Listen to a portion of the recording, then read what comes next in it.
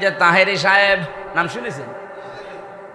উনি যে কথা বলে আপনি দেখবেন উনিও কিন্তু সুর দিয়ে কোরআনের আয়াত পড়ে, হাদিস পড়ে, কিন্তু ওই কোরআনের আয়াতে ওই হাদিসে ওই কথা নেই, ওসব বানানো কথা। আমি একটা একটা করে তার উদাহরণ বলি। ওনাকে দেখবেন আয়াত পড়ছে কুল হু আল্লাহু আহাদ, হে নবী আপনি বলেন আল্লাহ এক।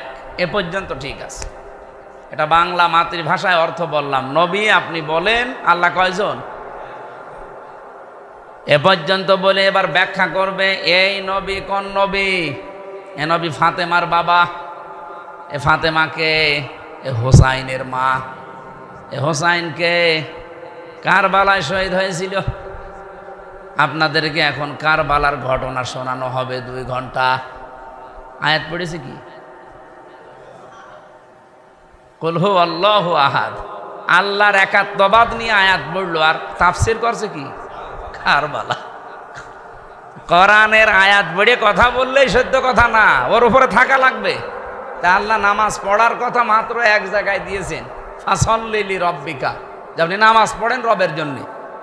অথচ 82 জায়গায় আছে আকামুস সালাহ, নামাজ কায়েম করেন,